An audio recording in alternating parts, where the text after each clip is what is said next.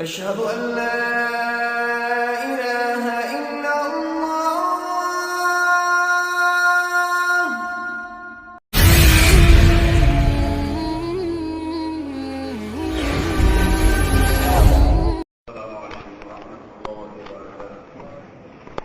الحمد لله وحده والصلاة والسلام على من لا نبي بعد আমরা গত জুমাতে ফিকহুল ওয়াকির উপর আলোচনা পেশ করছিলাম। বলা হয়েছিল যে একজন দায়ী যখন দাওয়াতের কাজ করতে যাবে, একজন মুসলিম যখন ইসলামের দাওয়াত দিতে যাবে, তার ফিকহুল ওয়াকি সম্পর্কে জ্ঞান থাকা খুবই জরুরি। ফিকহুল ওয়াকি বলা হয়েছিল যে আমি যাকে দাওয়াত দিচ্ছি তার যোগ্যতা, তার অবস্থান, যে স্থানে আমি দাওয়াত দিচ্ছি সেই স্থানকে চিনে নেওয়া। এ প্রসঙ্গে কিছু আলোচনা আমরা আগেও করেছিলাম। ফিকহুল ওয়াকি এক জিনিস, আর একটা জিনিসকে বাদ দেওয়া আর এক জিনিস।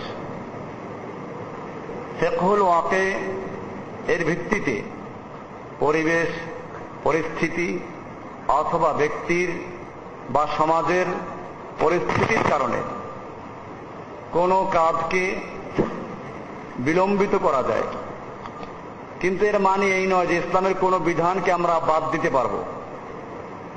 এখানেই আমাদের সঙ্গে অন্য অনেকের সঙ্গে পার্থক্য। আমাদের সঙ্গে এদেশে যারা ইসলামের বিভিন্ন সংগঠন রয়েছে তাদের সঙ্গে অনেক মৌলিক পার্থক্য রয়েছে। এক নম্বর পার্থক্য তাওহীদ, এক আল্লাহর আনুগত্য, এক আল্লাহর সার্বভৌমত্ব। এখানে আমাদের পার্থক্য।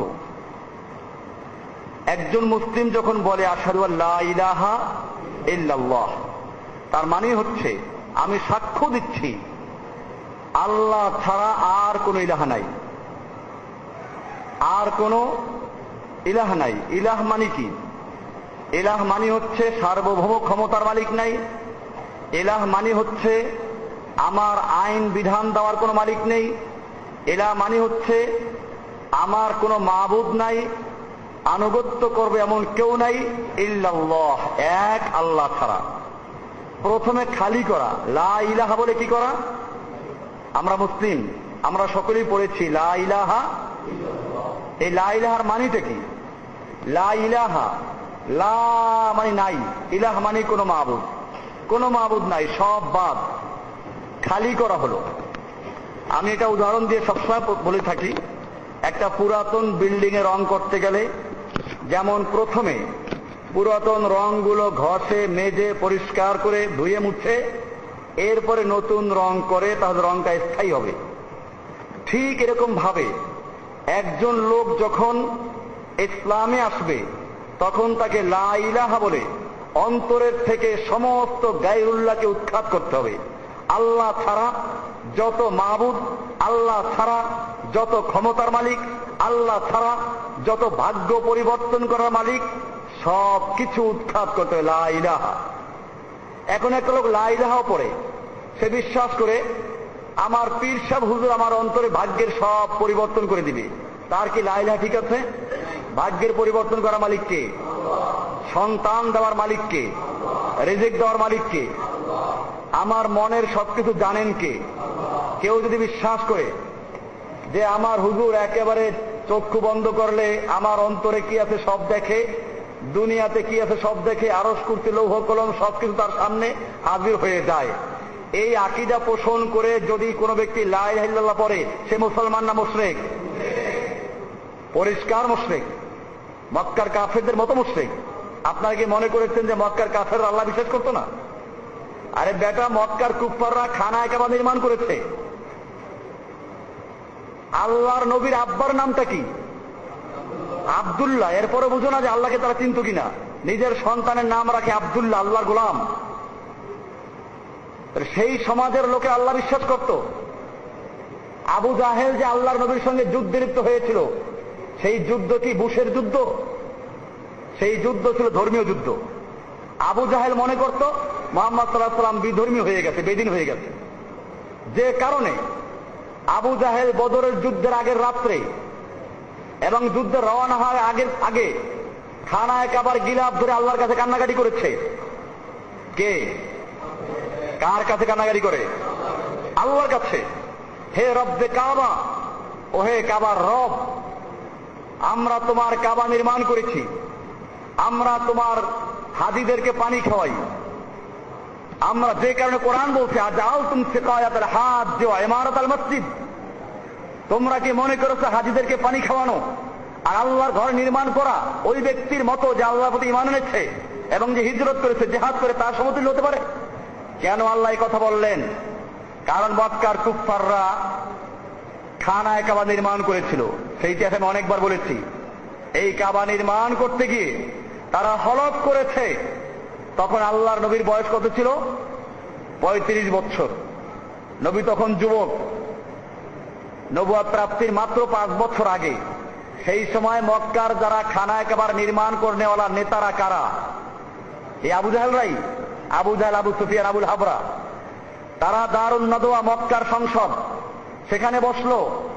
পরামর্শ হচ্ছে খানায় কাবা নির্মাণ করতে হবে, পয়সা দরকার, চাঁদা উঠাও, তবে খবরদার কেউ হারাম পয়সা লাগাবে না। হালাল পয়সা জমা করার জন্য লোক নিয়োগ করে দেওয়া হলো, এক এক গোত্রে এক একজন। তারা চাঁদা জমা করলো, ইঞ্জিনিয়ারদেরকে ডাকা হলো।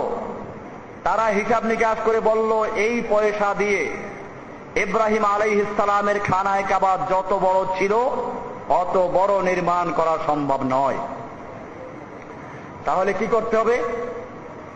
হয়তো হারাম পয়সা লাগাতে হবে, নতুবা কিছু অংশ বাদ দিতে হবে। মক্কার কুফফাররা কি করেছিল? হারাম পয়সা লাগাবার সিদ্ধান্ত করে নাই। তারা বলল আল্লাহর ঘর নির্মাণ করবো, সেখানে হারাম পয়সা লাগাবো, সুদের টাকা লাগাবো, জুয়ার টাকা লাগাবো না, এটা হতে পারে না। প্রয়োজনে আল্লাহর ঘর কিছু বাদ দিয়ে দিব এবং কিছু অংশ ছেড়ে দিয়ে, বাদ দিয়ে তারপরে তারা কাবা নির্মাণ করে হালাল পয়সা দিয়ে। সেই বাদ দেওয়া অংশ এখন পর্যন্ত গোটা মুসলিম বিশ্বকে কানে আঙ্গুল দিয়ে, চোখে হাত দিয়ে দেখাচ্ছে এই কাবার সেই অংশ, হাতিমে কাবা, হেজরে ইসমাইল, ওই যে দেওয়াল দেওয়া আছে অর্ধেকটা, এটা সেই অংশ যে অংশকে মক্কার কুফফাররা হালাল পয়সার অভাবে বাদ দিয়ে কাবা নির্মাণ করেছিল। তাহলে সেই লোকগুলো আল্লাহ বিশ্বাস করতো না? আবু জাহেলের দাড়ি ছিল না? আবু জাহেলের দাড়ি আমাদের চেয়ে অনেক লম্বা দাড়ি ছিল। কারণ আবু জাহেলকে দাড়ি ধরে তারপর জবাই করে নেওয়া হয়েছে। তার দাড়ি ধরে নিতে হলে ছোট দাড়ির কারো কাজ চলবে?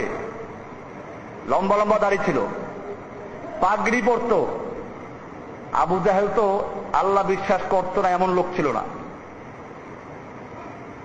এই জন্য মনে রাখতে হবে, আমাদের সঙ্গে, এই জাতির সঙ্গে প্রথম সংঘাত হচ্ছে লা ইলাহা, এবং এই লা ইলাহার বিশ্বাস যারা করবে, যারা স্বীকৃতি দিবে, তাদের সঙ্গে অবশ্যই কিছু লোকের দূরত্ব হবে। আপনি লা ইলাহাও পড়বেন আর আপনাকে ইহুদি খ্রিস্টান বাহাবা দিবে, এটা হতেই পারে না। আল্লাহর নবী যখন লা ইলাহার দাওয়াত দেওয়া শুরু করলেন, মক্কার কিছু লোকেরা ইসলাম গ্রহণ করলো। তার মধ্যে একটা পরিবার ছিল আম্মার ইয়াসের পরিবার। কার পরিবার? ইয়াসের। নামটা মনে রাখবেন, কারণ এরা ইসলামের প্রথম শহীদ। এই পরিবার ইয়াসেরের পুত্র আম্মার, তার স্ত্রী সুমাইয়া, আবু জাহেল নির্যাতন করছে, নির্যাতন করে করে তাদেরকে নিস্তেজ করে ফেলেছে। আল্লাহর নবী যাচ্ছেন, দেখে শুধু বলছেন সবরানিয়া আল ইয়াসের, সবরানিয়া আল ইয়াসের, হে ইয়াসেরের পরিবার ধৈর্য ধারণ করো, ওয়ালিকাউকুম ফিল জান্নাহ, তোমাদের ঠিকানা জান্নাতে। তোমরা সবর করো, তোমাদের ঠিকানা কোথায়? আল্লাহর নবীর এতে করার কিছু ছিল না। ইয়াসের রাদিয়াল্লাহু তাআলা আনহুকে আবু জাহেল 2 পায়ে রশি লাগিয়ে, এরপরে 2টা শক্তিশালী উটের পায়ের সঙ্গে বেঁধে দিয়ে 2 দিকে তাড়া করেছে। আবু ইয়াসের রাদিয়াল্লাহু তাআলা আনহুর 2 পা চিরে সেখানে শাহাদাত বরণ করেন। এরপরে আপনারা জানেন ইয়াসেরের স্ত্রী সুমাইয়া রাদিয়াল্লাহু তাআলা আনহা, ইসলামের প্রথম শহীদ। সুমাইয়া রাদিয়াল্লাহু তাআলা আনহাকে লজ্জাস্থানে বর্ষা নিক্ষেপ করে তারপরে হত্যা করেছে। এরপরে আম্মার ইবনে ইয়াসির রাদিয়াল্লাহু তাআলা আনহুকে নির্যাতন করেছে। আম্মার নির্যাতন সহ্য করতে না পেরে এক পর্যায়ে মুখে খালি বলল, আমি মুহাম্মদ সাল্লাল্লাহু আলাইহি সাল্লামকে ছেড়ে দিলাম। আবু জাহেল তাকে ছেড়ে দিল। দৌড় দিয়ে আল্লাহর নবীর পায়ের তলে পড়ে গেছে, ইয়া রাসূলুল্লাহ, আমি তো অন্যায় করে ফেলেছি, ইয়া রাসূলুল্লাহ, আমি তো এই কাজ করে ফেলেছি। আল্লাহর রাসূল সাল্লাল্লাহু আলাইহি সাল্লাম বলেন, আম্মার, তোমার অন্তরের অবস্থা কি ছিল? আলহামদুলিল্লাহ, আমার অন্তরে পূর্ণ আপনার প্রতি, আপনার তাওহীদের প্রতি ঈমান ছিল। আল্লাহ তাআলা আয়াত নাযিল করে নবীকে উত্তর জানিয়ে দিলেন, ইল্লা মান উকরিহা ওয়া কলবুহু মুতমাইন্নুম বিল ঈমান। একজন মুমিনের জন্য কোরআন আয়াত নাযিল হয়ে গেল যে, হে নবী, যদি কোনো ব্যক্তি চরম নির্যাতনের শিকার হয়, তাকে হত্যা করার মতো উপক্রম হয়, আর সে যদি অন্তর তার ঈমানের উপর স্থির রাখে, মুখে কোনো কুফরি শব্দ উচ্চারণ করে, আল্লাহ তাকে ক্ষমা করবেন, তিনি ঈমানের উপরে আছেন বলে আপনি তাকে ধরে নেন। এই চরম নির্যাতন করল। বেলালকে নির্যাতন করা হচ্ছে, জ্বলন্ত আঙ্গার নিচে রেখে, উত্তপ্ত বালুর উপরে সরিয়ে দিয়ে, উপরে পাথর চাপা দিয়ে, তারপরে তাকে নির্যাতন করা হচ্ছে। আর তিনি সে অবস্থায় বলছেন, আহাদ আহাদ আহাদ আহাদ।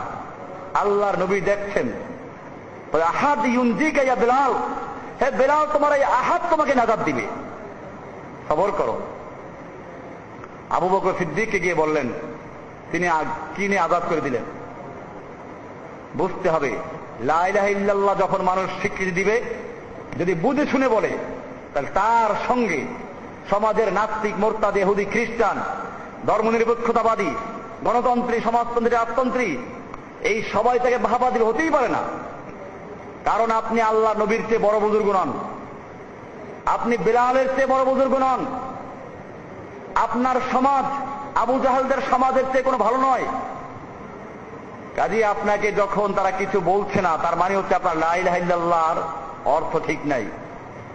আমি বলে থাকি, গত জুমা বলেছিলাম হয়তো, যে হযরত সাইয়্যিদ কুতুব রাহিমাহুল্লাহ আশ-শাহীদ, তাকে যখন ফাঁসির বাস্তবায়ন করা হবে, রাতের বেলায় এক মৌলভী সাহেব গিয়ে হাজির হলো।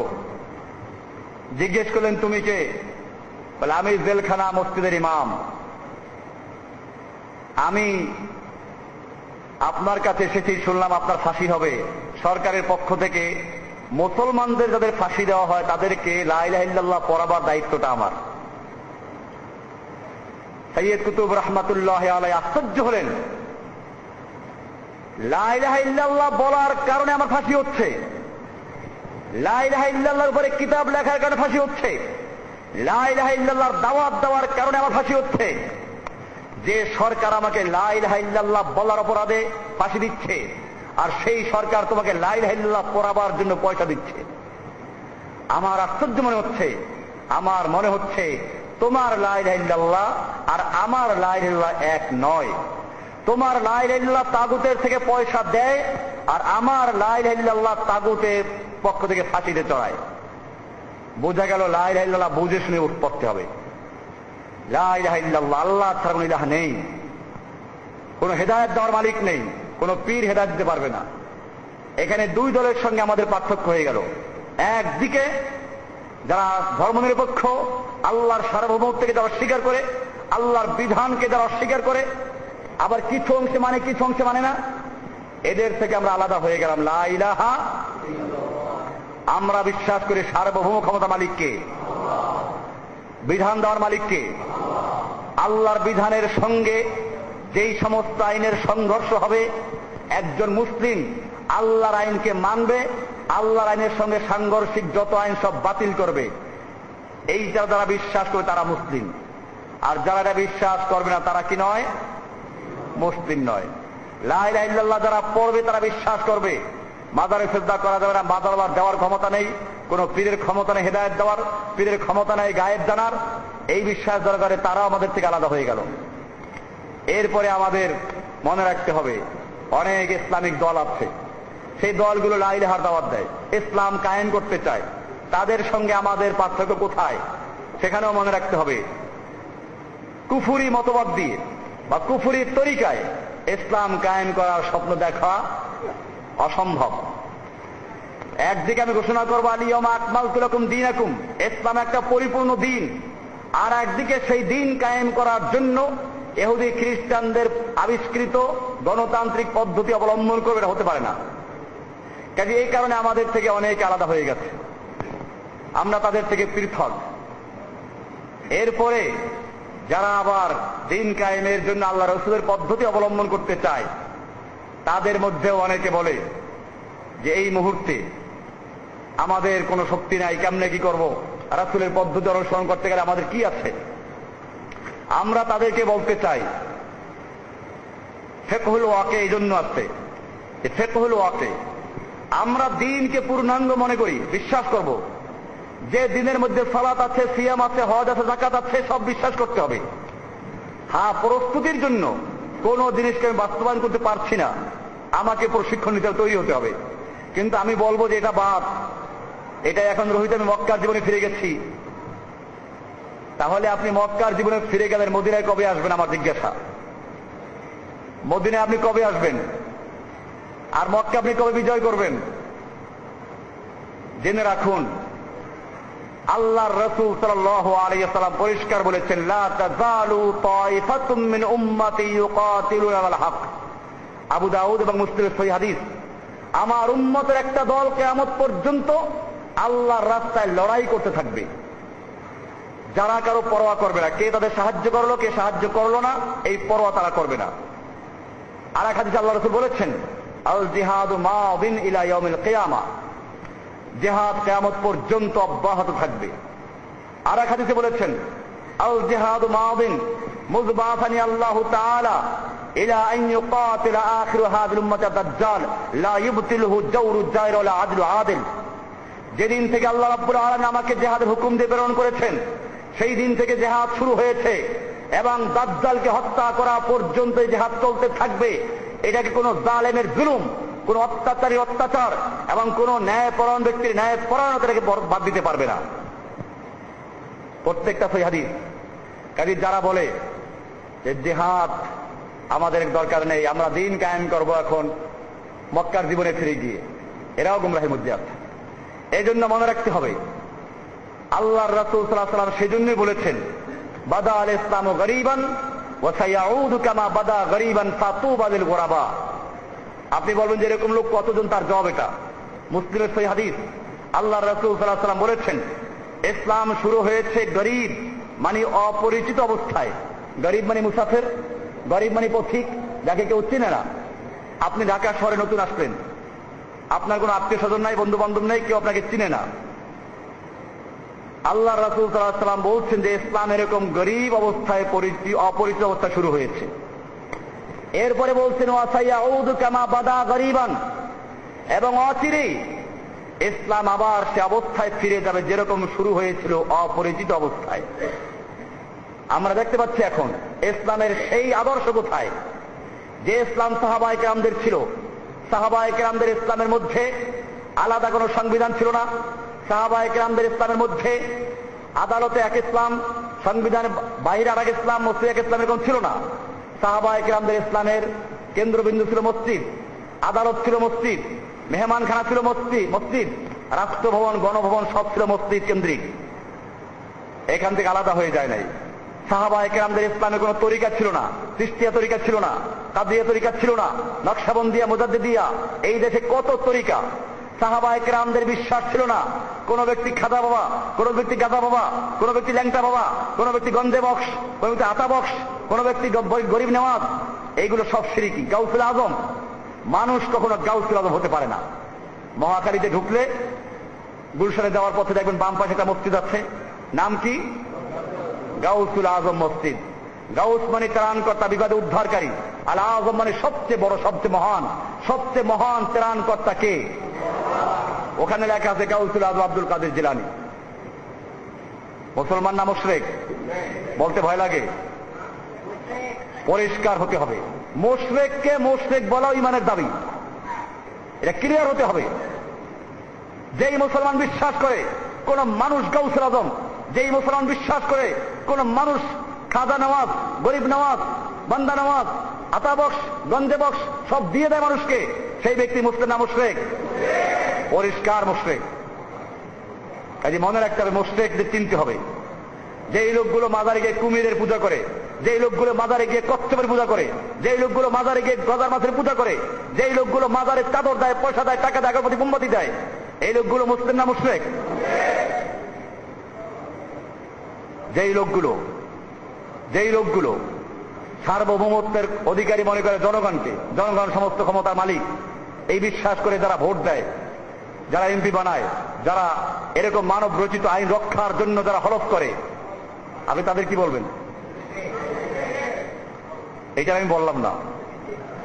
যাই হোক, লা ইলাহা ইল্লাল্লাহ পরিষ্কার হতে হবে, লা ইলাহা ইল্লাল্লাহ পরিষ্কার হতে হবে। মুসলিম হবেন তো পুরো হবেন। কোরআনে সুন্দর বলেছে, আল্লাহ কি সুন্দর করে বলেছেন যে একদল মানুষ আছে এরকম, ইয়াকুলুনা নুমিনু বিবাদিন ওয়া নাকফুরু বিবাদ, যারা বলে আমরা কিছু ঈমান আনি, বিশ্বাস করি, কিছু মানি না। এতে হয় কি? দুই একটা না মানলে হয় কি? এই আল্লাহর চোরের হাত কাটা বিধানটা মানি না। মদ হারাম, এইটা লাইসেন্স দেয় মাঝে মধ্যে। সুদ হারাম, এইটা ব্যাংকের লাইসেন্স দেওয়ার মাধ্যমে হালাল করে দিই। জেনারেল বিচার হারাম, এটা পতিতালয় লাইসেন্স দিয়ে আমরা হালাল করে দিই। এতে কি ঈমান যায়? একদল আছে নামাজ না পড়লে কি হবে, ঈমান ঠিক আছে। এরাও চিন্তা করে মদের লাইসেন্স দিলে কি হবে, ঈমান ঠিক আছে। সুদ খাইলে কি হবে, ঈমান ঠিক আছে। ঘুষ খাইলে কি হবে, ঈমান ঠিক আছে। আল্লাহর আইন হুদুদুল্লাহ না মানলে কি ঈমান ঠিক আছে? আপনি কি এর সাথে একমত? আল্লাহ কোরআনে কি বলছেন শুনুন, সূরা নিসার 150 এবং 11 নম্বর আয়াত, ওয়া ইয়াকুলুনা নুমিনু বিবাদিন ওয়া নাকফুরু বিবাদ, যারা বলে কিছু মানবো কিছু মানবো না। ওয়া ইউরিদুনা আন ইয়াত্তাখিযু বাইনা যালিকা সাবিলা, যারা এই দুইয়ের মাঝে তৃতীয় আর একটা রাস্তা তৈরি করতে চায়। একটা ইসলামের সঠিক রাস্তা, আর একটা হলো কুফরি রাস্তা, এর মাঝখানে আর একটা হচ্ছে তৃতীয় রাস্তা, কিছু ইসলামের কিছু কুফফারদের। এই দুটা ধার করে তৃতীয় আর একটা রাস্তা তৈরি করতে চায় মডারেট ইসলাম। এটার নাম কি? মডারেট ইসলাম, মধ্যমপন্থী ইসলাম। মধ্যমপন্থা বলতে কিছু আছে নাকি? এটা বুশ ভালো করে বুঝছিল। বুশ সে পরিষ্কার করে দিয়েছে, হয়তো আমাদের সঙ্গে নতুবা আমাদের শত্রুদের সঙ্গে মাঝামাঝি কোনো অবস্থান নাই। আমরা এই জন্য বুশকে ধন্যবাদ জানাই যে তুমি ঠিক বুঝতে পেরেছ। ইসলাম এটা বলে, সূরা দাহারে আছে, ইম্মা শাকিরাও ওয়া ইম্মা কাফুরা, হয়তো মুসলিম হও নইলে কাফের হও, দুইয়ের মধ্যে তৃতীয় কোনো রাস্তা নেই। যারা তৃতীয় রাস্তা তৈরি করতে চায়, আল্লাহ তারা এদের সম্পর্কে কি বলছেন? উলাইকা হুমুল কাফিরুনা হাক্কা, এরা হচ্ছে কি হক কাফের, একেবারে আসল কাফের, একেবারে প্রকৃত কাফের। কে বলছেন এটা? আল্লাহ বলছেন। এই জন্য মনে রাখতে হবে যে আল্লাহ সুবহানাহু ওয়া তাআলা দ্বীনের মধ্যে কোনো গোলমাল রাখেন নাই, কোনো অপরিষ্কার কিছু রাখেন নাই। ইসলামটাকে আল্লাহ তাআলা পরিষ্কার করে দিয়েছেন। এই জন্য একজন মুসলিম আত্মসমর্পণ করবে কার কাছে? একজন মুসলিম সর্বময় ক্ষমতার মালিক বিশ্বাস করবে কাকে? না কোনো খাজা বাবাকে? এই যে টিয়া পাখিওয়ালারা আছে, এরাও গায়েব জানে। টিয়া পাখি একটা রাস্তা নিয়ে বসছে আর কি হাত দেখায়, হাত দেখে সে বলতে থাকে ভবিষ্যৎ কি হবে। ওই যে কাহিনী একটা ঘটছিল আমাদের এখানে আগে, নাম হতো ঈসা আব্দুল্লাহ। ও এক টিয়া পাখিওয়ালাকে ধরে জিজ্ঞেস করে, হাতটা করে দেখো তো কি আছে। তো হাতটা দেখে গুনে টুনে বলল, অনেক কিছু বলল। এরপরে সে মারল এক থাপ্পড়, আরো টিয়া পাখি দিয়ে উড়িয়ে দিল সব। আগে ভাই কি করলেন? আরে বেটা, তুই আমার হাত দেখে এত কিছু বললি, তুই কি আমার হাতে দেখলি না হাতটা এখন তোকে থাপ্পড় মারবে? এটা দেখলি না? তোর টিয়া পাখিটা বলে দেয় নাই যে এই হাতটা এক মুহূর্ত পরে তোর গালে থাপ্পড় মারবে? এই জন্য মনে রাখতে হবে, আমার দেশে বহু দরগা আর দরগা তৈরি হয়েছে। এজন্য একজন মুসলিমকে বিশ্বাস করতে হবে গায়েবের মালিক কে, সবকিছু জানেন কে, ভাগ্যের পরিবর্তন ঘটায় কে, রেজেক দেওয়ার মালিক কে, ব্যবসা বাণিজ্য দোকানে উন্নতি দেওয়ার মালিক কে? না কোনো মাজারওয়ালা, কোনো খাজা বাবা, দরগাওয়ালা, দুর্গাওয়ালা, পীরওয়ালা, কেউই না। এই বিশ্বাসে স্থাপন করে সে হয় মুসলিম। সে হয় কি? তার নাম মুসলিম। মুসলিম মানে কি? এক আল্লাহর হুকুমের সামনে আত্মসমর্পণকারী বান্দা। এটাই হচ্ছে লা ইলাহা ইল্লাল্লাহর মধ্যে কোনো আর তরিকা নাই। মুসলিমদের তরিকা কয়টা? একটা। সরল রেখা কয়টা? আর বক্র রেখা কয়টা হয়? অনেকগুলো। কোরআনই বলছে ওয়ালাল্লাহি কাসদুস সাবিল ওয়া মিনহা জায়ের। আল্লাহর রাস্তা সোজা রাস্তা, আর বাঁকা রাস্তা অনেকগুলো। আল্লাহর রাসূল সাল্লাল্লাহু আলাইহি ওয়াসাল্লাম একটা সোজা দাগ দিলেন, এরপরে ডানে বামে অনেকগুলো দাগ দিলেন, দিয়ে মাঝখানে দাগে হাত রেখে বললেন হাযা সাবিলুল্লাহ। এই মাঝখানে সোজা দাগটা হচ্ছে কার রাস্তা? আল্লাহর রাস্তা।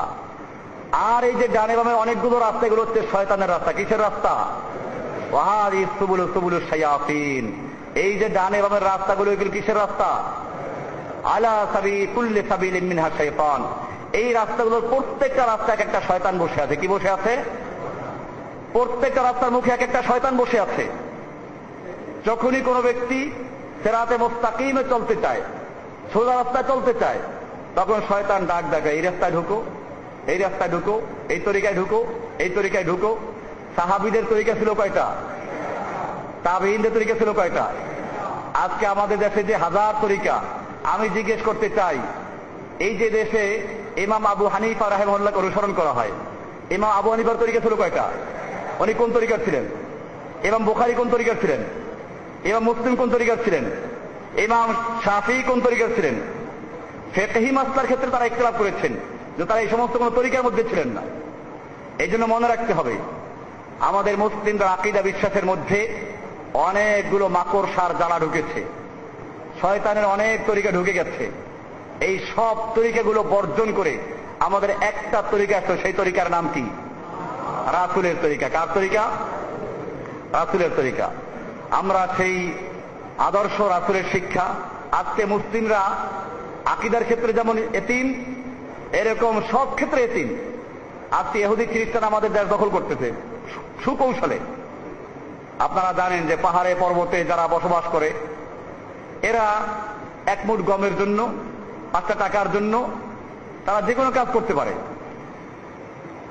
ইসলামের এই কাজগুলো ছিল, আল্লাহ রাসূল সাল্লাল্লাহু আলাইহি ওয়াসাল্লাম গরিবদের সাহায্য করেছেন, এরকম ভাবে অসহায় মানুষদের সাহায্য করেছেন। আজকে খ্রিস্টানরা ওখানে গিয়ে, ওই সব এলাকায় গিয়ে সাহায্য করছে, হাসপাতাল নির্মাণ করছে। এরপরে যখন দেখে যে তাদের ধর্মীয় একজন আলেম, খ্রিস্টানদের একজন আলেম, সে ওখানে বসে একজন রুগীর সেবা করছে, একজন রুগীর পেটে পীড়া হয়েছে, তার পায়খানা পরিষ্কার করছে একজন আলেম, তখন ওই লোকটাকে আর কিছু বলা লাগে না। সে আসতে কোথায় যায়? খ্রিস্টানদের কাছে যায়। আমাকে একজন বলল যে সে পাহাড়ি অঞ্চলে গেছে, এখানে একটা মসজিদ ছিল, মসজিদের একটা লেট্রিন আছে, লেট্রিন। ওর পায়খানার বেগ হলো, সকালে গিয়ে নামছে, সারা রাত্র গাড়িতে। মসজিদের ইমাম সাহেব নাক টানি ঘুমাচ্ছে সকালবেলা ফজর পরে। তো দরজা নক করে বললো আমার একটু বাথরুমের চাবিটা দরকার। ইমাম সাহেব চাবি দিল না। এটা ফলো করছে এক খ্রিস্টান, ফলো করে তাকে ডাক দিল যে আসো আমাদের এখানে আছে। সে তার চার্জে নিয়ে তারপরে তাকে বাথরুমে নিয়ে পরিষ্কার, তারপরে আরো যা তাকে পানি সব আগাই দিল। আজকে আমাদের মনে রাখতে হবে ইমাম সাহেবের ভূমিকা কি হলো আর ওই লোকটার ভূমিকা কি হলো। আমি যদি কোনো বিশ্বস্ত লোকের থেকে না জানতাম, বিশ্বাস করতাম না। কিন্তু দেখি যে আমরাও এরকম সমস্যা করি, সফরে থাকি তো এই সমস্যা অনেক সময় আমরাও পড়ি। তো যাই হোক, আমাদের মনে রাখতে হবে, আপনি যতই চেষ্টা করেন ইসলামের কথা বলেন, বাস্তবে যদি আপনি ময়দানে কাজ না করেন, আপনার ইসলামের দাওয়াত পূর্ণ হবে না। আজকে আমি বললাম যে খ্রিস্টানদের সাহায্য নিয়েন না আপনি। লোকেরা বলো আমাকে সাহায্য করো, আপনি যাকাতের টাকা দিলে শাড়ি দিয়ে শেষ। এতে ওই লোকটার উপকার কি হলো? পাতলা একটা শাড়ি, আর ওই শাড়ি আনার জন্য পায়ের নিচে পড়ে লোক মারা গেল। এই কি যাকাতের অর্থ? আমি এটা এভাবে বলি, একটা কুয়ার পানি নষ্ট, দূষিত পানি, আপনি এখানে দাঁড়িয়ে বললেন যে পানি দূষিত, পানি দূষিত, কেউ খাইবে না। তৃষ্ণার্ত লোকেরা কাতর হয়ে এসে পানি পান করার চেষ্টা করছে। আপনাকে বললো ঠিক আছে পরিষ্কার পানি দাও, আমরা এটা খাবো না। আপনি বলেন পরিষ্কার পানি দেওয়ার ব্যবস্থা নেই, তবে এইটা খেও না। তখন লোকদের সংখ্যা আরো আস্তে আস্তে ভারী হতে লাগলো। শেষ পর্যন্ত ওরা দেখে যে পানির তৃষ্ণায় কলিজা শুকিয়ে যাচ্ছে, ওরা ওই লোকটাকে লাথি মেরে ফেলে দিয়ে দূষিত পানি পান করবে। এদেশে যখন গ্রামে গঞ্জে পাহাড়ে পর্বতে এদের কাছে আমরা যাকাত ভিত্তিক অর্থ ব্যবস্থা চালু করে এদের সাহায্যের জন্য এগিয়ে যাচ্ছি না, এদের কাছে দাওয়াত নিয়ে যাচ্ছি না, ওরা তখন খ্রিস্টানদেরকে পায়, এনজিওদেরকে পায়, ওদের সাহায্য নিয়ে আস্তে আস্তে খ্রিস্টান হচ্ছে। আমি দেখেছি গারো পাহাড় অঞ্চলে গিয়েছিলাম মোমিন শাহিদ, সেখানে ওরা বলল, কিছু লোকেরা বলল যে এই গারোদের আগে শরীর থেকে গন্ধ আসতো, তারা ছেঁড়াফেরা কাপড় পরিধান করত, তারা হেঁটে চলতো, এখন তাদের গায়ে থেকে সেন্টের ঘ্রাণ আসে, তারা এখন দামি দামি শাড়ি পরে, ওরা এখন মেয়েরা হুন্ডা চালায়। কোত্থেকে পেল? এনজিও খ্রিস্টান ওদেরকে সাহায্য করছে এভাবে। উদ্দেশ্য একটাই, ইন্দোনেশিয়ায় যেরকম ভাবে পূর্ব তিমুরকে টার্গেট করে তারা কাজ করেছে, ঠিক তেমনি ভাবে বাংলাদেশকেও তারা টার্গেট করে কাজ করছে। ইন্দোনেশিয়ার পূর্ব তিমুর মুসলমানদের দেশ, সেখানে আপনারা জানেন তারা খ্রিস্টান রাজ্য বানিয়েছে এবং সেই খ্রিস্টানদের পতাকা উড্ডীন করেছে, সেখানে স্বাধীনতা ঘোষণা করেছে একজন মুসলমান নামধারী জাতিসংঘের মহাসচিব। নাম কি? কোফি আন্নান। এরকম ভাবে বাংলাদেশকেও টার্গেট করা আছে। আজকে যে বাংলাদেশকে প্রস্তাব করা হচ্ছে, এটা সরকারকে বিপদে ফেলা। কারণ একদিকে তুমি কোথায় যাইবা? যদি সরকার এদের দাবি মেনে সাহায্য এখানে সৈন্য পাঠায়, জনগণ এদের বিরুদ্ধে যাবে, এটা ওরা ভালো করেই জানে। ওরা বাংলাদেশকে চিনে না এমন কথা নয়, কিন্তু বাংলাদেশকে চিনে, দেশের মানুষের ইমান জানে। আজকে তো আমি মনে করি 3 লক্ষ মসজিদের মেম্বার থেকে এর বিরুদ্ধে বক্তৃতা হয়েছে, জানি না কি হয়েছে, হওয়া উচিত।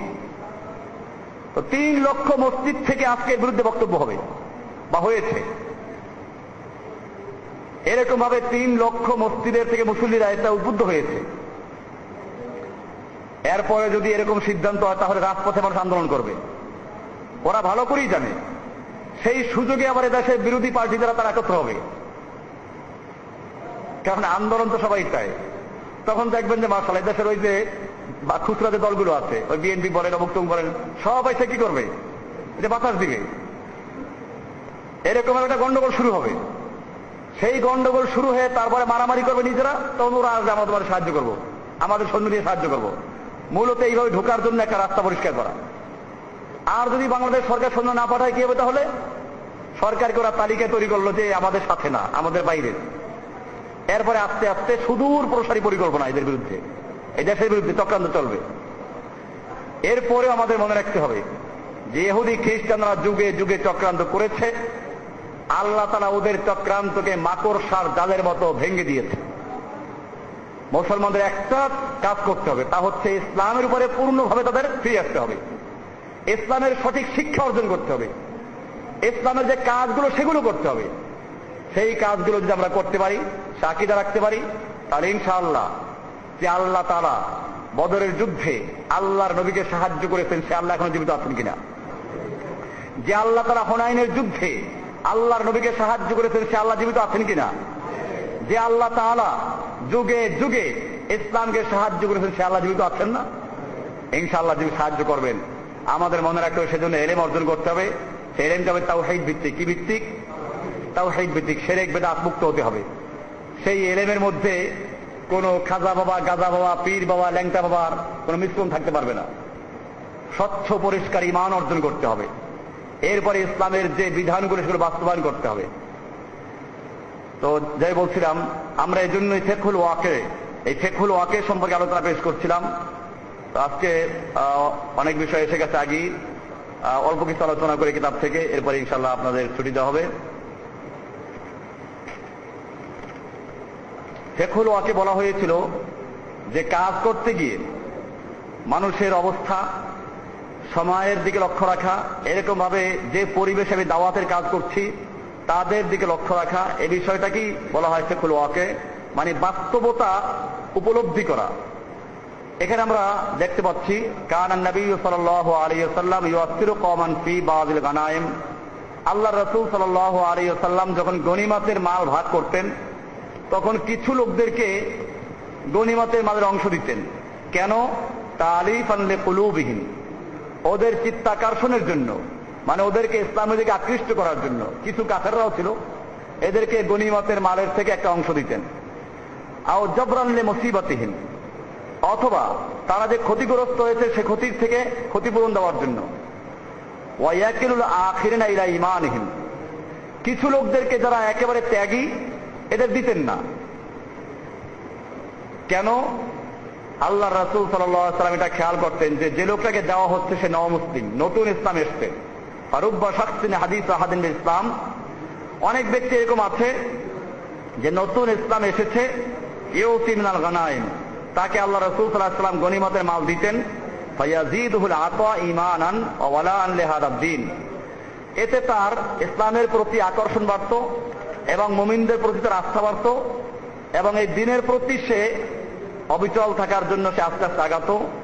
ওয়াতাফিরান ফি কওমি খাসাতান, এবং এর মাধ্যমে তার কওমের কাছে সে যেখান থেকে ইসলাম গ্রহণ করেছে তাদের মধ্যে সে গিয়ে বলতো যে দেখো ইসলামে গেলে পরে আমাদেরকে এভাবে সাহায্য করে। এইভাবে আল্লাহ রাসূল সাল্লাল্লাহু আলাইহি ওয়াসাল্লাম কিছু লোকদেরকে সাহায্য বেশি করতেন।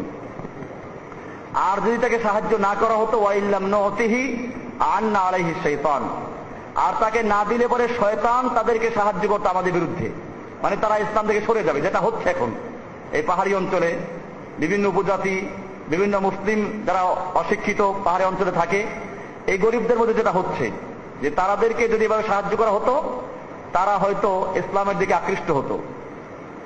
অরুব্বা শাখসিন রাসিখিন ফিল ঈমান, আর অনেক লোক আছে এরকম যারা ইসলামে খুবই অটল, অমিনাস সাবিকিনাল আউয়ালিন, এবং তারা প্রথম থেকে ত্যাগী ইসলামের ভিতরে আছে।